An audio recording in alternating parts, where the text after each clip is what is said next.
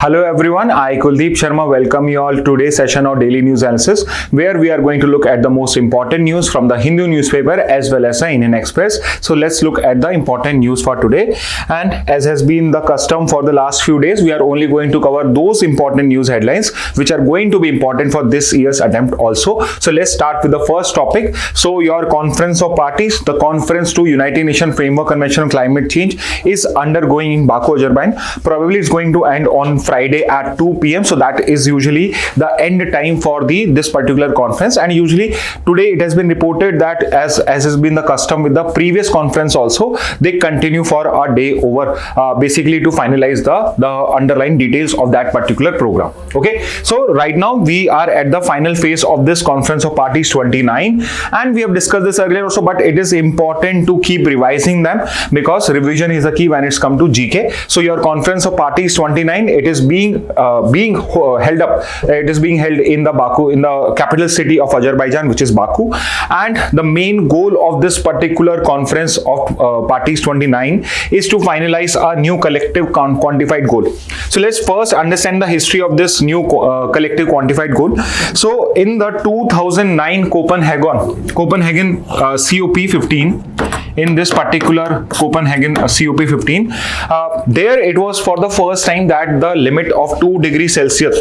So you must have heard of this 2 degrees Celsius limit in Paris Agreement, but Paris Agreement was not the first such agreement on environment which talk about the 2 degrees Celsius limit. It was for the first time being discussed in the Copenhagen Accord. However, the difference between the Copenhagen Accord and Paris Agreement is that in this particular case, the 2 degrees Celsius was not a legally binding commitment, but it was only a voluntary commitment by all the countries. So all the countries were supposed to make their own goals so that we can limit the global warming to 2 degrees Celsius. And finally, it was only by the Paris Agreement of 2015, in the Paris Agreement of 2015, that we were able to create a legally binding agreement to limit the temperature to 2 degrees Celsius, ideally to 1.5 degrees Celsius. On the other hand, it was a Copenhagen Accord which talked about financing of $100 billion by 2020. So from the year 2020, all the developed countries were supposed to accumulate $100 billion, which could be provided to developing and least developed countries to fight climate change as well as to adapt to climate changes. Okay, so from 2020, and what did Paris Agreement did? The Paris Agreement increased or extended this particular $100 billion per year amount to the year 2025. So earlier, this amount was supposed to be given from 2020 till 2022. Then it was a Paris Agreement in 2015 which extended the time limit to 2025, and now because 2025 is next year only, although the situation has been that the developed countries have not been able to provide $100 billion every year, but now the amount which is required to tackle climate change is very high. We need, or developing countries need, a very large amount, and by one estimate they are seeking $1.3 trillion per year. So from $100 billion we want to move to a target of $1 trillion per year. Obviously the developed countries are not going to agree to it. There have been some talk regarding that the developed countries have agreed to double this amount, but we want a 10 times increase in this particular amount. Okay, so obviously that's why this current negotiation has not yet finalized, and probably by Friday or Saturday we would have a final agreement. At that time we would be clear that what is the final new collective quantified goal. Is it $200 billion, $500 billion, or is it going to be $1 trillion? And basically, what is this new collective quantified goal? This is going to be the next financial target which the developed countries has to achieve with regard to financial investment after post 2025. Whatever money they have to provide to whatever relief money is to be provided to the developing and the least developed countries. So this is a short explanation of what is happening right now in Conference of Parties 29 being held in Baku, Azerbaijan, where India is also a participating nation. India has been playing a very important role in this particular climate negotiations. So remember, the context is the 2000 Copenhagen Accord, where we started with a $100 billion goal, and it was a 2015 Paris Agreement where it was finally $100 billion per year was extended up to 2025. Okay, so this is a short explanation regarding Conference of Parties. Moving on to the next news, again related to climate change, but it is with regard to the level of nutrition in different countries. And your food and agriculture organizations, one important personality has come to India, and here he is talking about the requirement that with regard to aquaculture. Aquaculture is basically when you are doing agriculture in the fishery sector. Basically, it's related to fishing, etc. And in that particular things, he has stated that this person is stating that climate change is going to be the biggest disruptor in aquaculture as per Food and Agriculture Organization. So usually we don't have to go into details of the current news, but we should know the context of those news. For example, you should know United Nations Food and Agriculture Organization, important information regarding it. It was a caution in your sample paper 2 also. So all your UN organization, their foundation year as well as their headquarter becomes important for you. So first thing you should know is that where it is headquartered. So it is one such UN organization which is headquartered in the city of Rome in Italy. It was founded in the year 1945, the same year when your United Nations was created. So it is one of the founding, it is one of the specialized agency of UN which was founded along with the UN only. It has 194 member countries, 194 plus European Union, 195 member countries are there in your United Nations Food and Agriculture Organization. And very important which you should know is that whether India is a member country or not. So yes, India is also a member country of this particular grouping. What are some flagship publications? So these particular Food and Agriculture Organization, they come up with different kind of reports, and these reports are very important for us. For example, one of the very famous report is State of Food and Agriculture. So that is the main flagship publication, the main publication, every annual publication of Food and Agriculture Organization, which talks about the status of food as well as status of agriculture in the world. Next is your state of world's forest, state of world fisheries and aquaculture, and it is in with regard to this particular report only that this discussion is happening in India right now. Okay, so this particular report has been released in India only. So this particular report of world's fisheries and aquaculture was released in New Delhi only.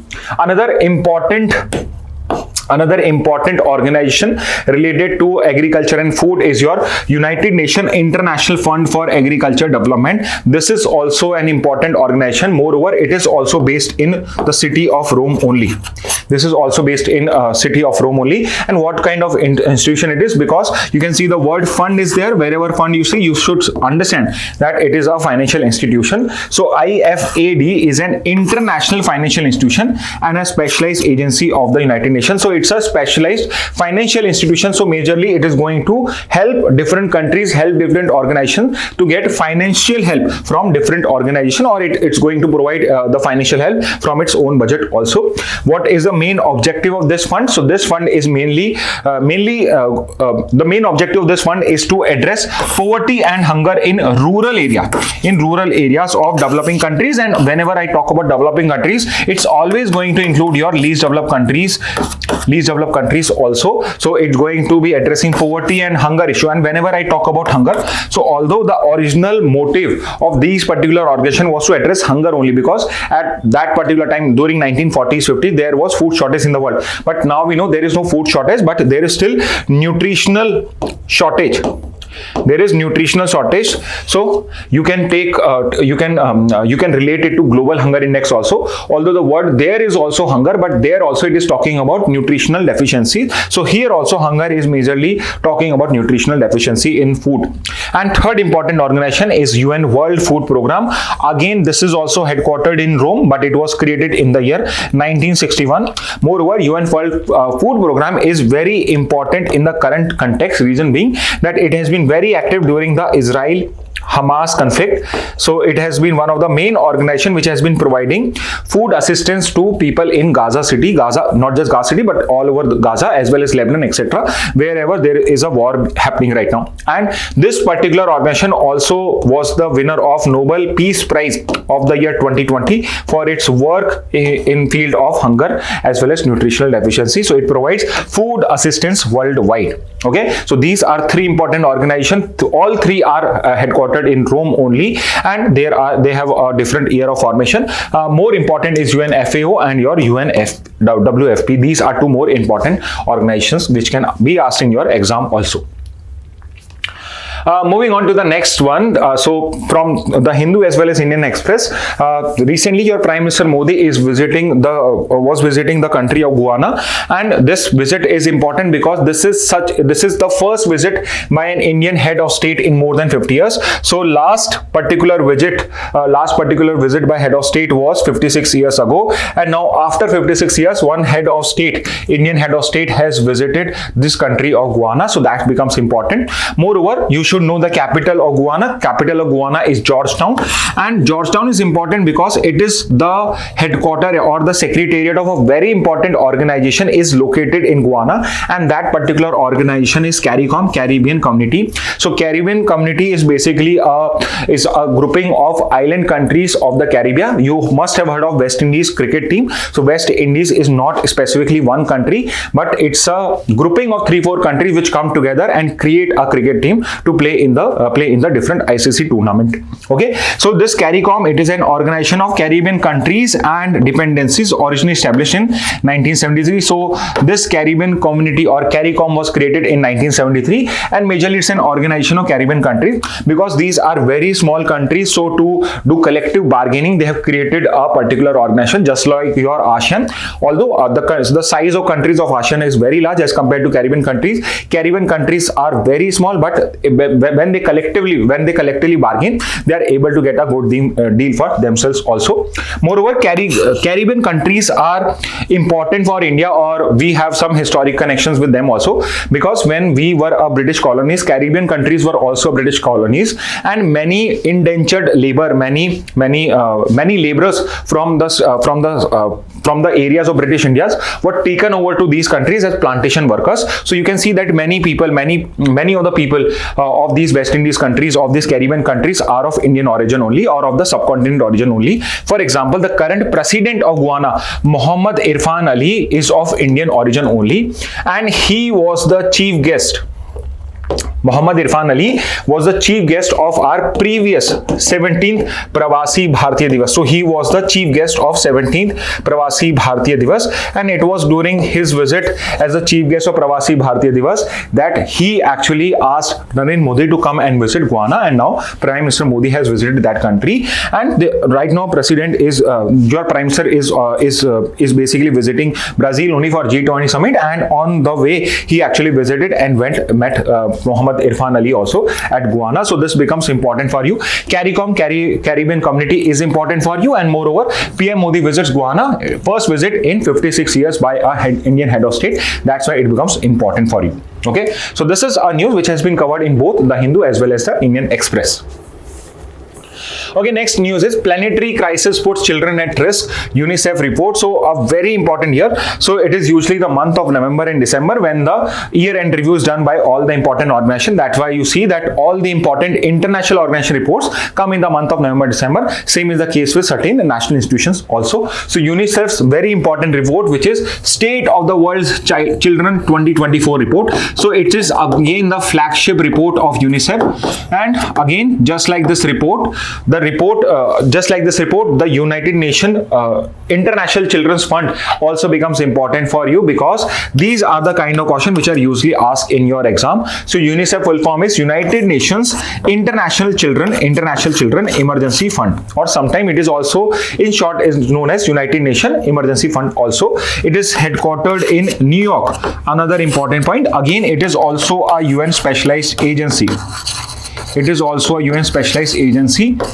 So this report is also released in India, only in New Delhi. The year of establishment was 1946, and India has been a member. This point also becomes important. India has become member of UNICEF since 1949. So India is not the founding members, but it became a member of UNICEF after 3 years of its foundation, and its executive director is Catherine M. Russell.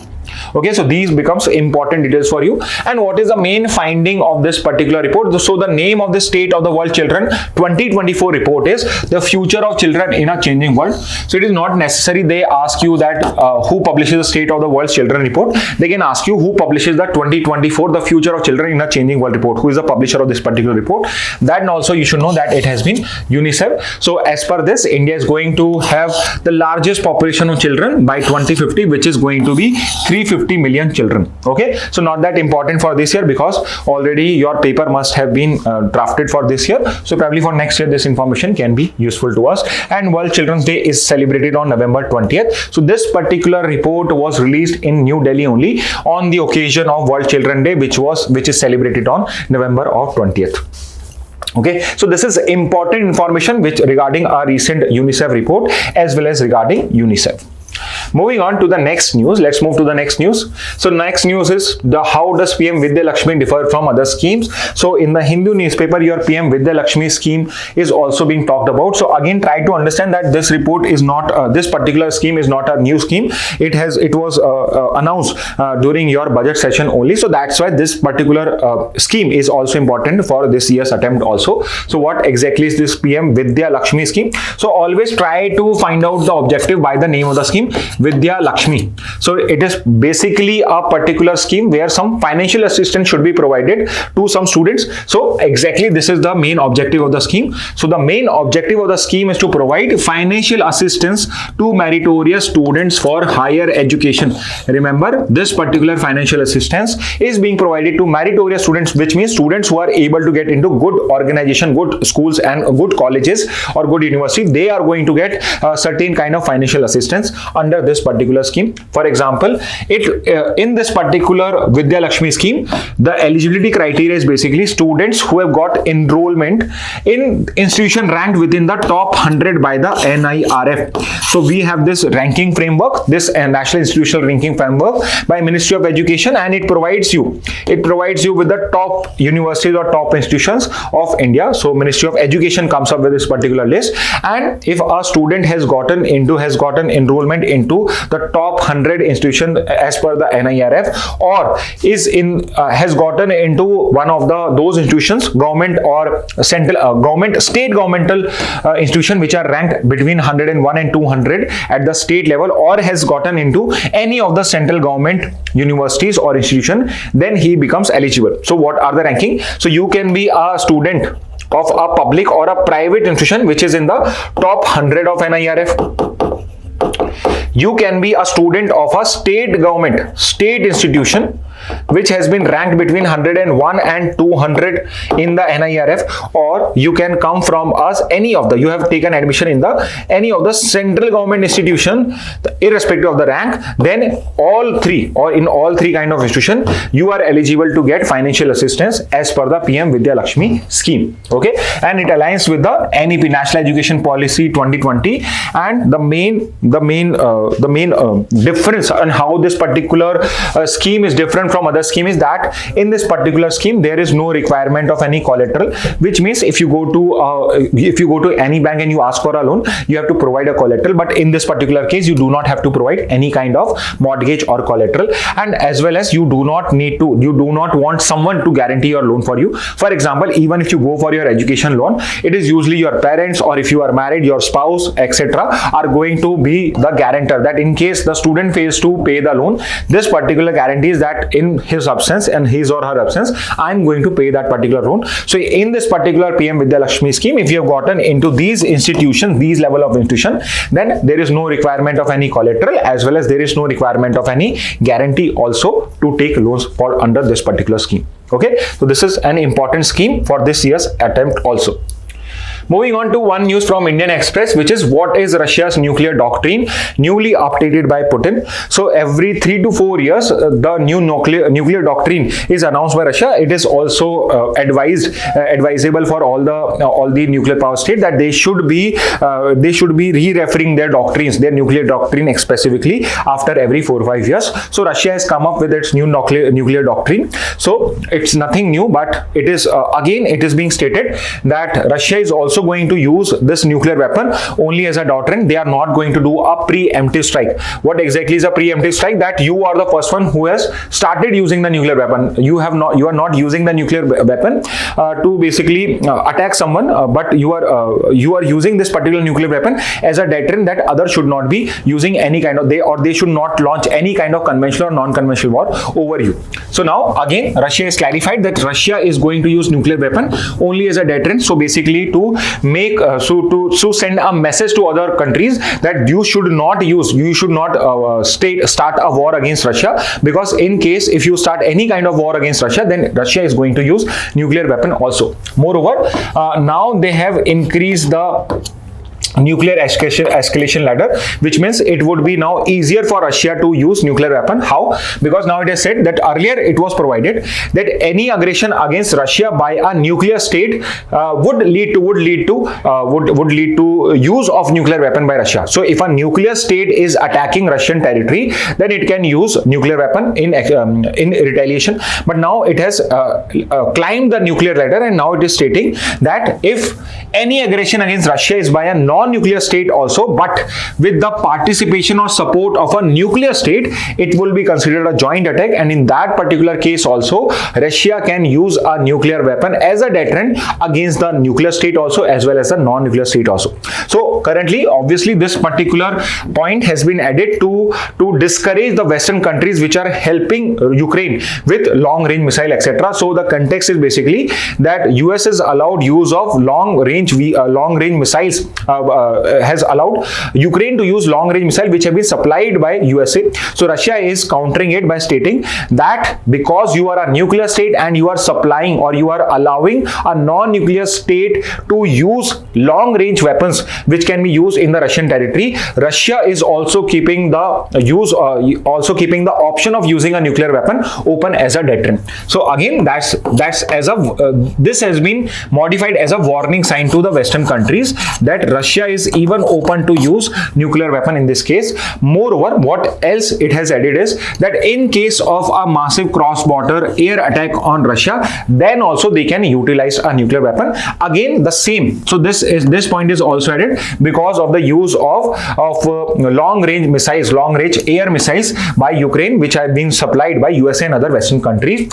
Moreover, fourth point is a nuclear weapon can be used in the event of a conventional attack also. So it is not necessary that it should be a nuclear or non-conventional. Non-conventional attack is basically a biological, chemical attack, but it is stating that in case of a conventional attack, a normal attack also against itself or Belarus. So Belarus is another country which supports Russia, which is supporting Russia in the Russia-Ukraine war.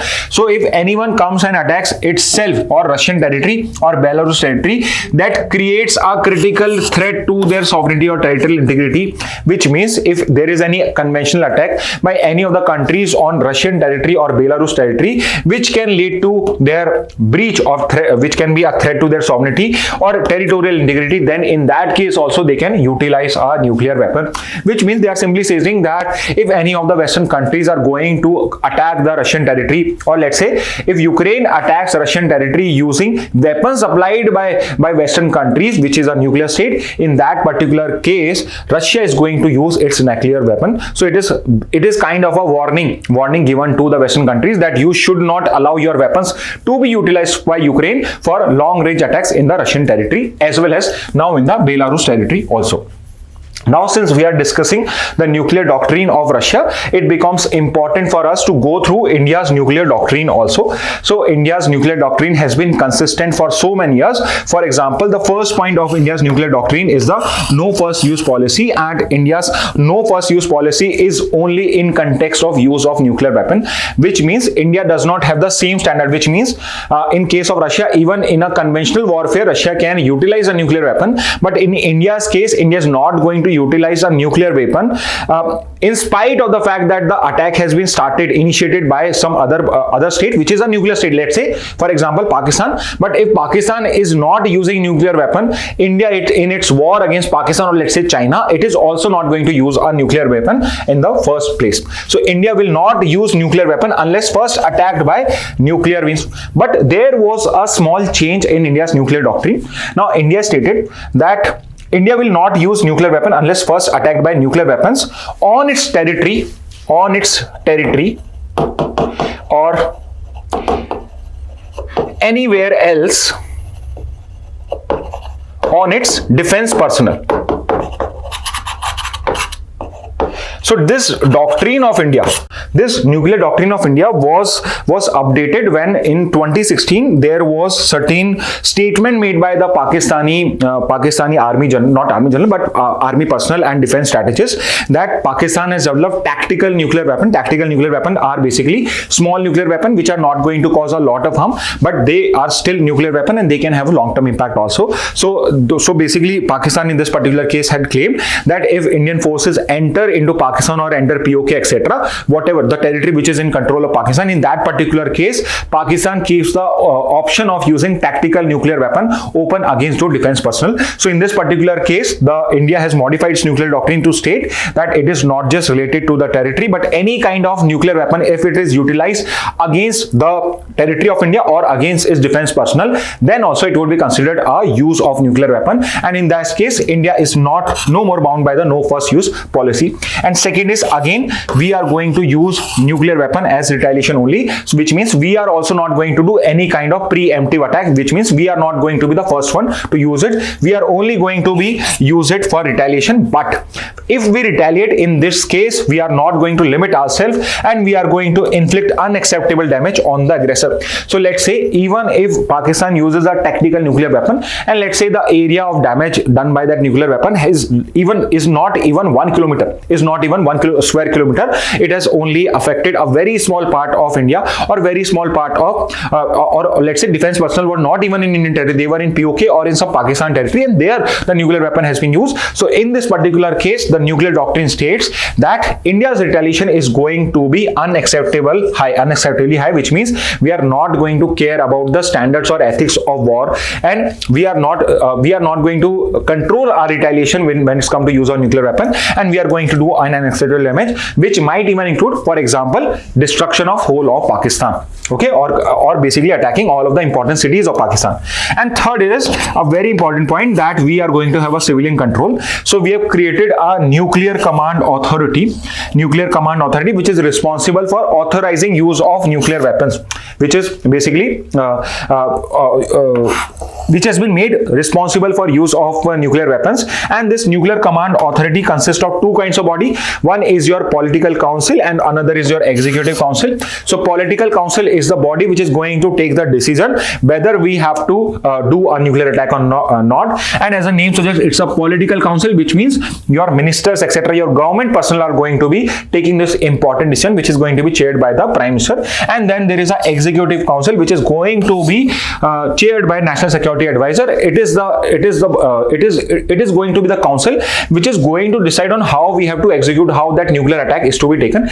In case, let's say, Pakistan has attacked us, whether we have to attack only the front positions or the army positions of that particular country, or do we have to attack all the cities, or we have to attack the port cities, etc., or do we have to attack even the foreign territories of that particular country or not? Everything is to be decided by the executive council. So this is the two-way, this is the civilian control, so that because many a times military leadership can be run away by emotion because of a nuclear attack, and they might take a decision in haste. So that's why, because we want a civilian control on our nuclear weapons, we want that it should be the civilian authorities or our political authorities who should have the final decision. So we have created this nuclear command authority, which has both political council as well as an executive council also. Okay, so this is your Russia's nuclear doctrine, in which there has been a somewhat change in the Russia's nuclear doctrine, and we have also again revised your India's nuclear doctrine. The main two important points are no first use and retaliation only. Okay, so finally the last news from Indian Express, India's under trial prisoners. So recently it has been reported that we are soon approaching this year's Constitution Day, which is celebrated on November 26th. And I hope you are aware that why do we celebrate Constitution Day on November 26th. So in case you know the answer, please mention it in the comment box. Why do we celebrate November 26th as the Constitution Day? So now your Amit Shah has stated that on November 26th, this year's Constitution Day, most of the under trials who have completed some amount, whatever Section 479 allows, those who have completed that much amount of their their prison terms, they are going to be sent out on bail. Okay, so now let's first understand what is the status of under trial prisoners in India. So the latest data which we have is the data from 2022 prison statistics. So prison statistic is a particular document which is released by NCRB, National Crime Records Bureau. So another important organization, National Crime Record Bureau is the organization, and it comes up with prison statistics every 2 years, every 2 to 3 years, and the latest data which we have is from the year 2022. And as per this, out of the total prison population, 75% of India's prison population consists of under trials only. So 75% of prison population is actually of under trials. And who are under trials? So under trials are those persons whose trial process is not complete, which means the court has not yet decided whether that particular accused is guilty or is not guilty for the crime which he has committed or for the allegations which he has committed. So if I give you absolute number, out of the total prison population of 5,73,220, 4,34,302 people are actually under trial. So now why this news has come up? Because there is a change in law after coming up of your Bharatiya Nagarik Suraksha Sanhita, which came into force on a particular date. So you can tell me the date of enforcement of BNSS, Bharatiya Nagarik Suraksha Sanhita. So there is a particular section 479 of BNSS which basically deals with bail conditions, specifically bail conditions for under trials. So you should understand that when the section 479 applies, or what the section 479 says, it basically says what should be the maximum detention period of under trials, which means for how longer you can keep a under trial in detention. So do not think that this kind of provision was not there in your CRPC. A similar kind of provision was there in CRPC, and now we have improved this particular provision in the BNSS also. So what does it provide? It simply provides that if there is a under trial person who is accused of non-serious offense, remember, who has been accused of non-serious offense, which means people who have conducted serious offenses like rape, murder, etc. grievous charges are there, grievous crime they have committed. It does not apply to those people, but to people who have committed non-serious offenses, and if they have completed at least half of the maximum imprisonment which could be imposed in that particular case. For example, let's say someone has done a theft, the maximum punishment is 7. So if a particular person has completed half of it, let's say the trial process gets complete and he is going to be held guilty, but the maximum imprisonment is only going to be 7 years. So if that particular person whose trial is not completed has, let's say, completed 3.5 years in prison, he is going to be eligible for bail under this particular provision. So mandatory bail is to be provided to any under trial person who has undergone half of the maximum detention period. So whatever the maximum punishment can be given, if he has completed half of it, let's say the maximum punishment for a particular crime is, let's say is 8 years. So let's say if someone has completed 4 years or 4, 5, 6, 7 years, then he is to mandatorily be given a bail in this particular case. Okay, so this is regarding the first point. What is the second update regarding this? So prisoners again who have committed the non-serious crimes only, but they are first time offenders, which means there is no other criminal case, no earlier criminal case against them. In that particular case, the person is to be released on bail in case he has undergone 1/3 of the total punishment. Let's say if someone is going to be punished, the maximum imprisonment term is, let's say, of 9 years. If someone has completed 3 years in prison, if he or she has been for 3 years in a prison, then in that particular case he is going to be mandatorily given bail. The only exception is that in a particular case, if there is a under trial who has been alleged to commit, let's say, multiple crimes, and there are different punishment for those, then in that case that person is not eligible for bail under section 479. But in case of non-serious offenses, if the punishment if a person has completed half of its prison term, maximum imprisonment term, or in case of first time offenders, if he has completed 1/3 of the prison term, in both of those cases, section 479 of BNSS comes into rescue, and that person going to be mentally given bail. Now a very important update has been a particular Supreme Court judgment of this year only, in which Supreme Court has stated that the provision or the benefit of section 479 is going to be applied retrospectively. So this date which I've asked you, when did your BNSS started? So I'm not going to tell you the date. Let's say it started on X date X date. So usually your Bharatiya Nagrik Suraksha Sanhita is only going to be applicable for cases which have come after this particular date. But Supreme Court here has stated that the benefit of Section 479 is going to be applied retrospectively. Let's say your particular BNSS has come into existence only in 2024, but let's say someone had committed a crime in 2000 and he has been in jail for, let's say, since 2010, and now it has been more than, let's say, 10 years that he has been in jail, and he was an accused in a non-serious crime. In that particular case, that person is also going to be eligible for bail under Section 479 of BNSS. That is the main crux of the Supreme Court judgment. Okay, so remember this particular point also, because again this is not something new which we are discussing. This has been in news since the coming of Bharatiya Nagrik Suraksha Sanhita, and only why we are discussing right now because Amit Shah has decided that on November 26, when we celebrate Constitution Day, all of those prisoners who are deserving of bail would be given bail on this particular date. Okay. So students, these were the important news headlines from today's Hindu and Indian Express newspaper. In case you still have any doubts, any feedback, you can mention it in the comment box. We go through all your comments and we try to implement them also. Okay, so that's it from my side. Thank you and have a very nice day.